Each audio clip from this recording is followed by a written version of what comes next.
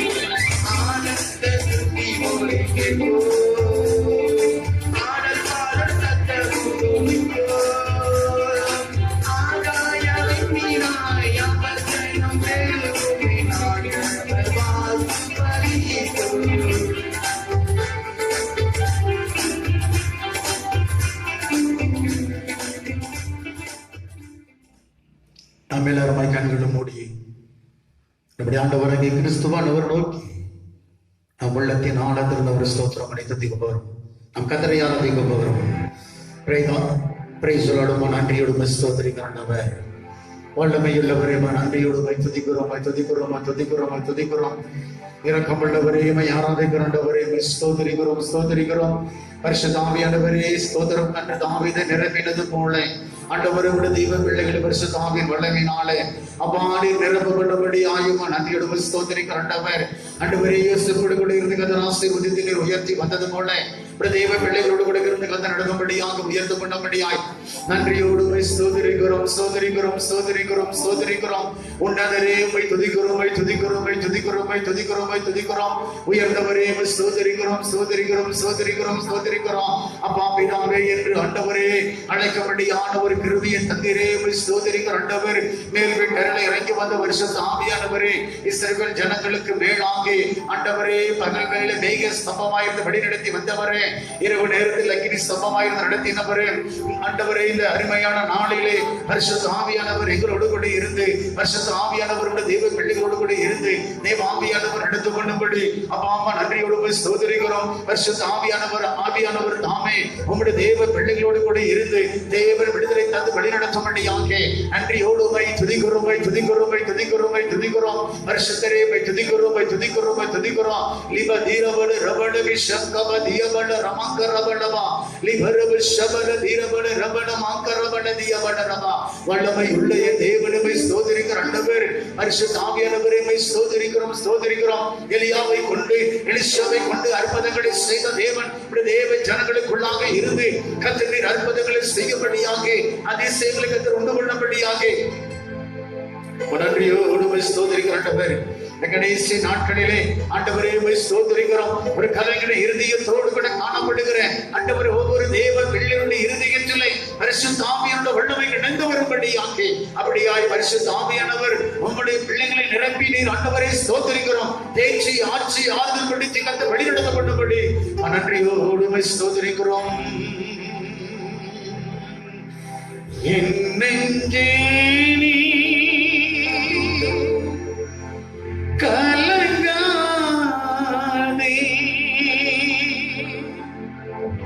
தேவாதி தேவன் உன்னை பூமியின் சகல ஜாதிகளிலும் மேன்மையாக வைப்பாரே, மேன்மையாக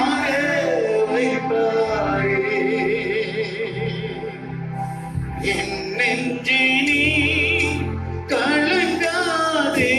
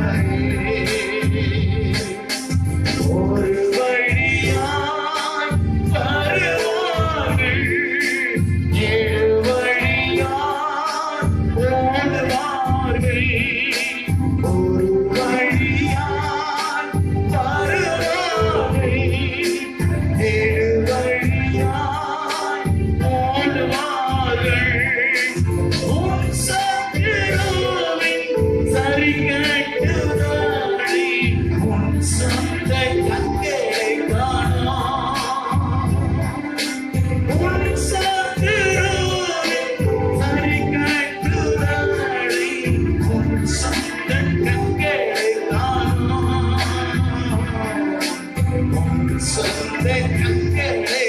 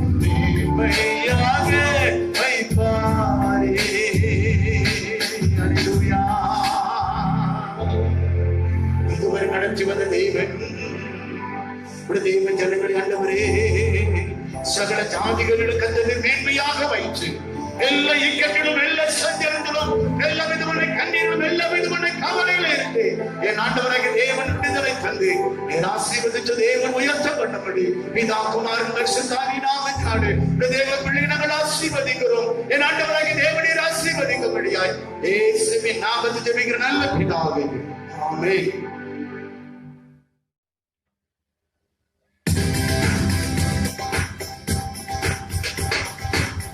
வேலைக்காரன் கண்கள் எஜமான கருணை போல கத்தரி சந்தப்படும்.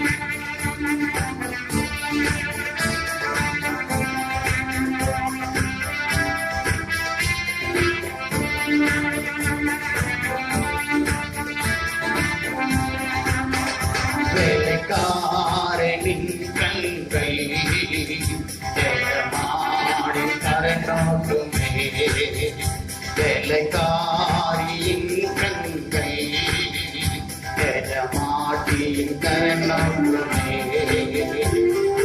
நாங்களோ எங்கள் தேவனின் கருணோக்குவோ, நாங்களோ எங்கள் இயேசு கருணோக்குவோ. வேலைக்காரனின் கண்கள் எஜமானின் கருணோக்குமே, வேலைக்காரியின் கண்கள் எஜமானின் கருணோக்குமே.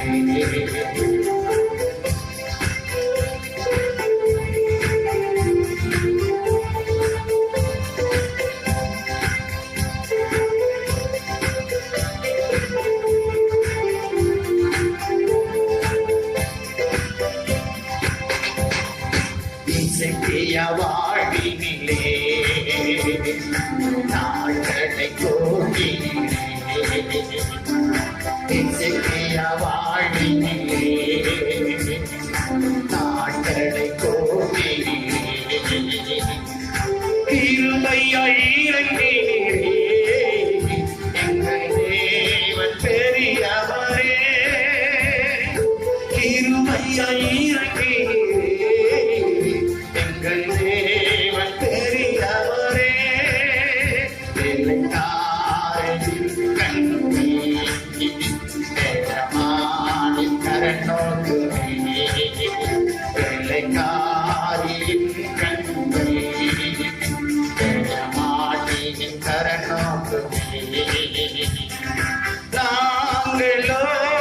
நாங்களோ எங்கள் தேவனை தரம் நோக்குவோம் நாங்களோ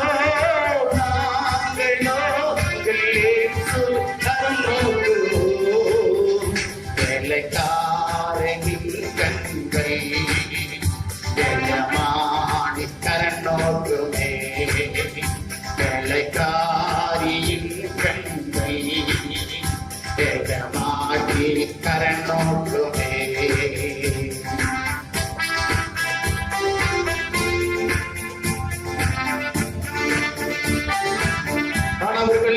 தண்ணீரை ரசமாக்கி தேவையை சந்திக்கிறே என்று தேவன் பெரியவர்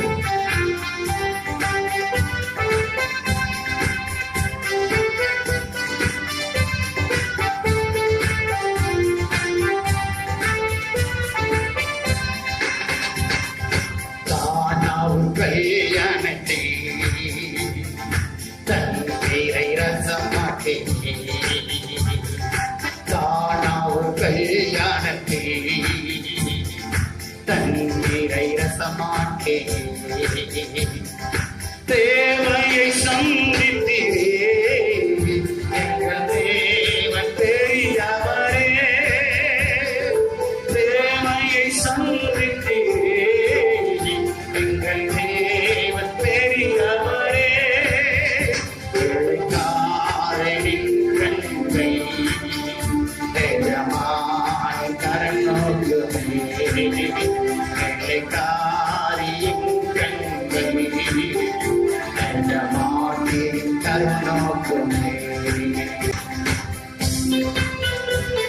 சிறைச்சாலை பேதுருவான் தேவ தூதனும் அங்கே சென்றார் விடுதலை கொடுத்தீரே எங்கள் தேவன் பெரியவரே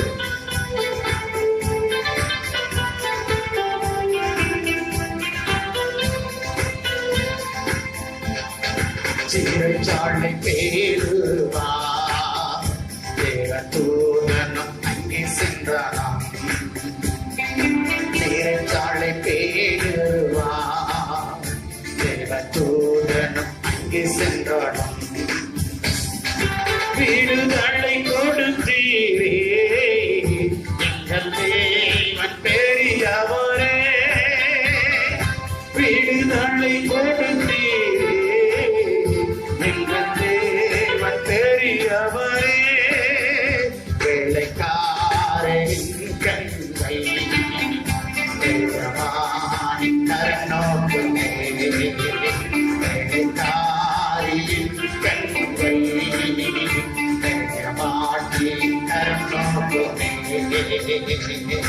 நாங்களோ எங்கள் தேவனை கரம் நோக்குவோம் நாங்களோ எங்கள் இயேசுவின் கரம் நோக்குவோம் வேலைக்காரனின் கண்கள் தேவமானி கரம் நோக்குமே வேலைக்காரியின் கண்கள்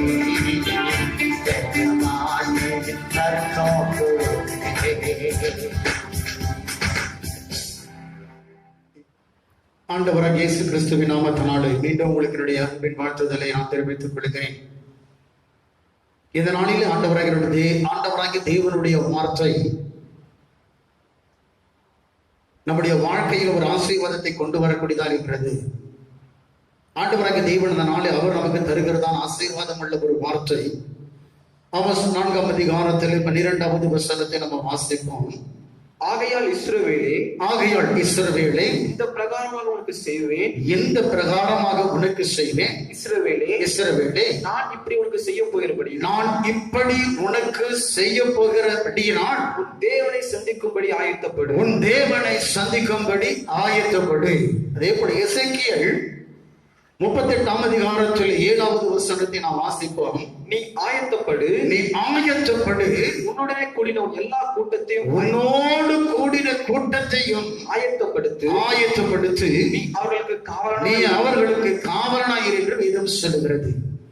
நாம் இங்கு வாசிக்கப்பட்ட அந்த வேத வசனத்திலே நிதானமாய் கவனிக்கின்ற பொழுது ஆண்டவராகிய தேவன் ஆமோஸினிடத்திலே சொல்லுகிறதான ஒரு காரியம், இஸ்ரவேலரை பார்த்து சொல்லும்படி ஆண்டவர் சொல்லப்பட்டதான ஒரு தீர்க்க தரிசனம் உள்ள ஒரு வார்த்தை என்ன அப்படின்னு பார்க்கின்ற பொழுது, தேவனை சந்திக்கும்படி ஆயத்தப்படி என்று சொல்லப்படுகிறது.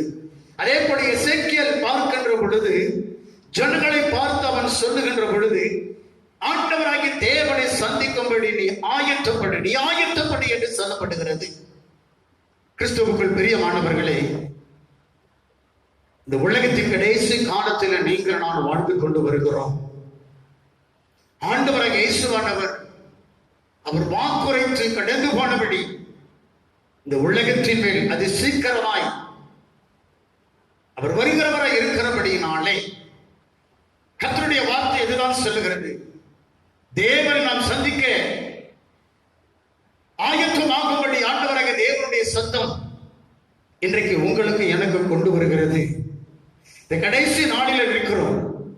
இத்தனை வருட காலமாக நீ ஆண்டவராகிய தேவனை ஆராதனை செய்து வந்த, ஆண்டவராகிய தேவனை மகிமைப்படுத்தி கனப்படுத்தி வந்த அந்த சூழ்நிலை இப்ப அதனுடைய எல்லா விதமான பிரதிபலன் பார்க்கின்ற பொழுது நீ ஆண்டவராகிய தேவனை சந்திக்கப்படுவதற்கு கடைசி நாட்களிலே நாம் ஆயத்தப்பட வேண்டும். ஆண்டவர் எதிர்பார்க்கிறது ஆயத்தம். எசேக்கியேலை பார்த்து ஆண்டவர் சொன்னார், சிறுவனரை பார்த்து சொல்லு, அவர்களை ஆயத்தப்படுத்து, அந்த கூட்டத்தாரையும் ஆயத்தப்படுத்து, நீ அவர்களுக்கு காவலாய் என்று சொன்னது போல ஆண்டவராக இயேசுவானவர் சந்திக்க கடைசி காலத்தில் இருக்கிறோம். நாம் ஆயத்தப்படும்படி ஆண்டவர் எதிர்பார்க்கிறார். ஆயத்தப்பட வேண்டும். வேதத்தில் வாசிக்கிறோம். மத்தேயுவிலே நாம் 25ஆம் அதிகாரத்தில் 1வது வசனத்தை வாசிக்கும் பொழுது, அப்பொழுது பரலோக ராஜ்யம் நாங்கள் தீவெட்டிகளை பிடித்துக் கொண்டு மணவாளனுக்கு எதிர்கொண்டு போக 10 கன்னிகைகளுக்கு ஒப்பாய் இருக்கும். 10 கன்னிகைகளுக்கு ஒப்பாய் இருக்கும் என்று வேதம் சொல்லுகிறது. இங்கே ஆண்டவராகிய தேவனுடைய வேதம் அழகாக சொல்லுகிறது, மணவாளனை சந்திக்கும்படி இங்கே 10 கன்னிகைகள் புறப்பட்டு போகிறது நாம் பார்க்கிறோம்.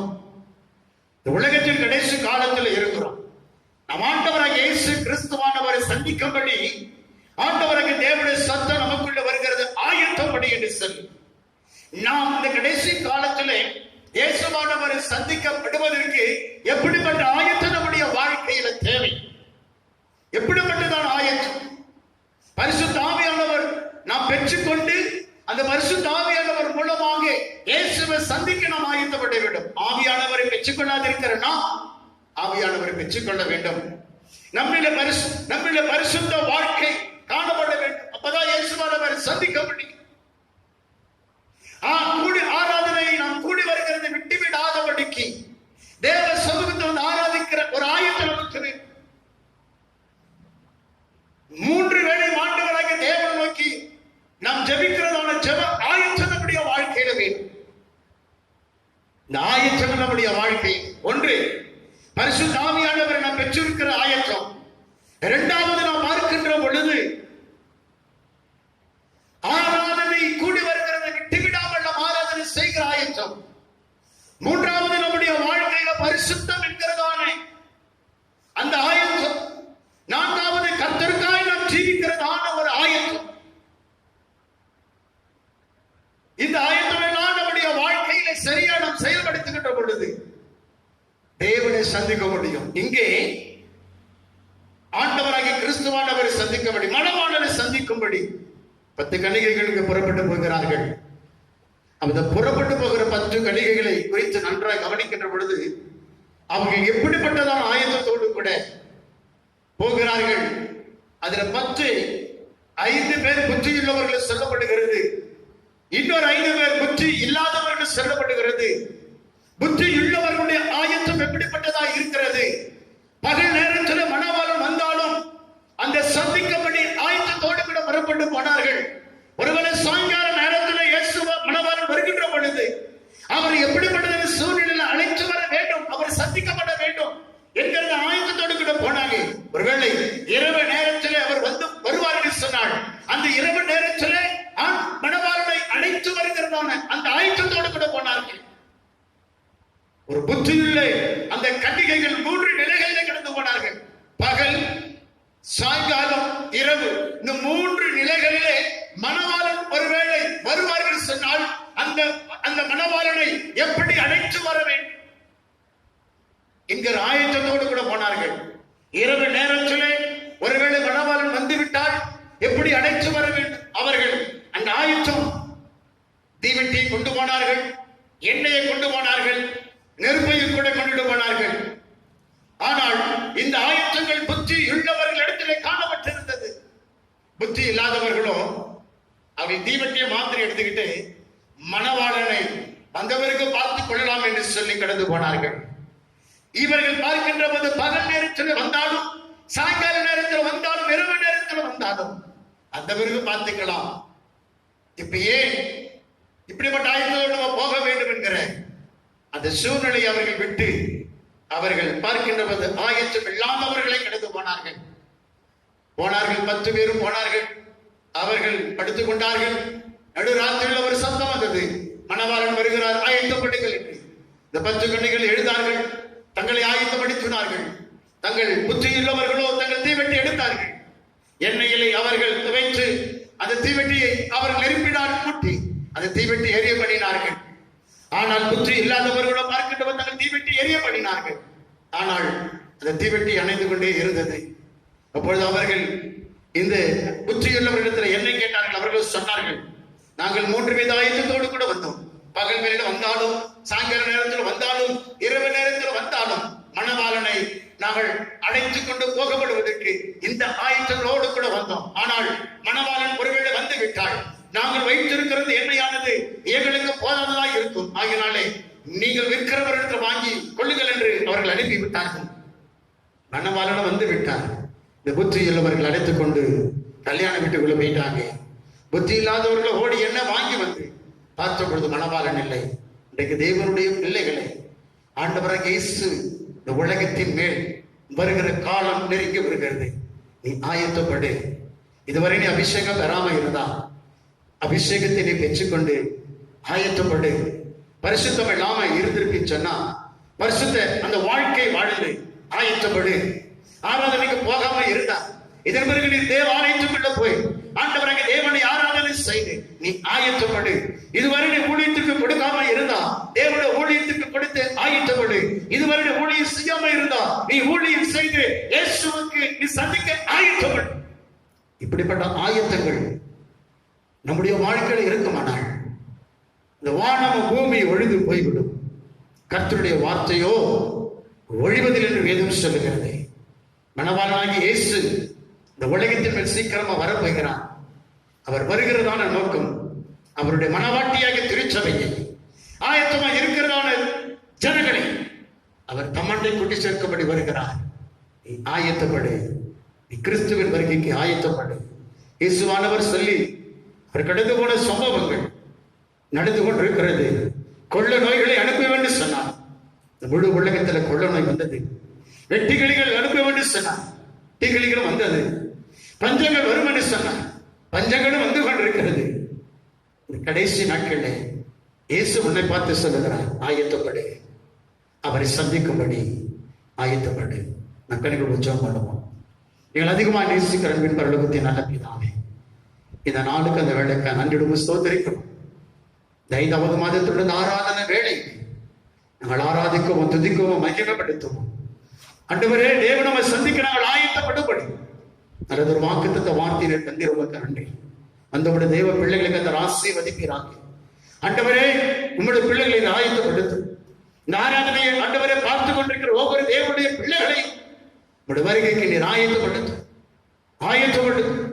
ஒருவரும் நித்திய நரகத்திலே பாதாளத்திலே போகாதபடி, பரலோகத்தை நோக்கி கடந்து வரும்படி, மத்திய ஆகாயத்தை நோக்கி கடந்து வரும்படி என் ஆண்டவராகிய தேவன் உடைய தூதரை அனுப்பி ஜனங்களை ஆயத்தப்படுத்தி என் ஆசீர்வதிக்கப்பட சொல்லிக்கிறேன். அந்தவர்கள் பார்க்கிறவர்கள் அப்படியே போய்விடாதபடிக்கு ஒரு நிறைவான ஆசீர்வாதத்தோடு, நிறைவான சமாதானத்தோடு, நிறைவான ஒரு சந்தோஷத்தோடு உடைய பிள்ளைகளை அதன் ஆசீர்வாதத்தோடு நடத்தும்படி ஆசீர்வதிக்கிறேன். நாமத்தை ஜெபிக்கிற நல்ல பிதாவே, ஆமென். என் ஆத்துமாவே கர்த்தரை ஸ்தோத்திரி, முழு உள்ளமே நாமத்தை ஸ்தோத்திரி. என் ஆத்துமாவே கர்த்தரை ஸ்தோத்திரி. கர்த்தர் சகல ஆமென். நம்முடைய ஆண்டவராகிய இயேசு கிருபையும் பிதாவிக்கு தேவனுடைய அன்பும் பரிசுத்த ஆவியானவரால் ஆசீர்வாதத்தோடு நடத்தலாம். நம் அனைவரோடு கூட இந்த ஆராதனை பார்க்கிற உங்களோடு கூட அசுமாராமல் கூட இருப்பதாக.